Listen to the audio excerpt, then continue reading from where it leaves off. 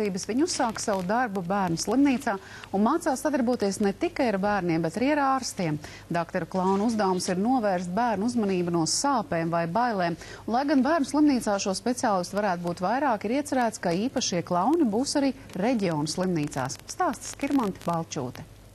Bērnu slimnīcā klauni strādā jau pusgadu. 14 cilvēki nāku šeini 2 reizes nedēļā. Viena maiņa ilgs 3 stundas, un tas ir par maz.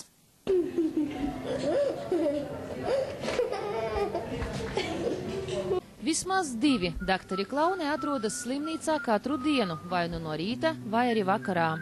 Grūtākais tad, ja nav sadarbība ar ārstu, tev ārsts vai māsiņa aiztaisa degunu priekšā durvis, vai arī uzaicina, tā kā tu ieeji tajā procedūrā, bet tev tā kā tur īsti negrib redzēt, bet tomēr ņemies, un tas bērns tā kā pat tevi grib, un viņš komunicē ar tevi.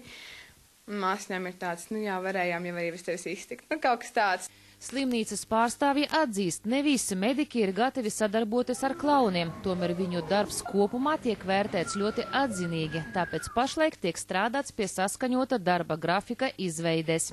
Doktora klauna vienmēr ir tik pieejama. Ja, jo arī mēs domājam par to, ka ja ārsts vienā vai otrā situācijā redz, ka viņš tagad gribētu šo doktora klaunu tā kā pieteikt, lai mums uzreiz ir telefons, kur mēs varam uzzvanīt, ka tas doktora klauns tieši tādā dienā un mirklī strādā un ka viņš varētu viņu uzreiz pasaukt uz šo manipulāciju.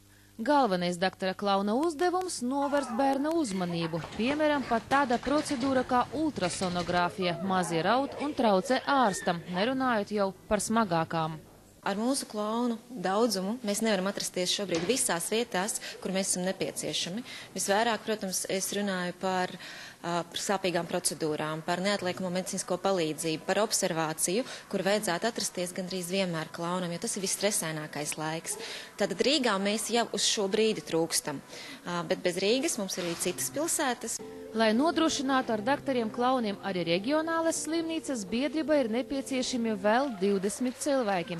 Pieteikties ir aicināti arī tie, kas dzīvo ārpus Rīgas. Doktoru klaunu darbu apmaksā ar privātu ziedojumu līdzekļiem, bet nākamgad biedrība cer piesaistīt arī valsts finansējumu.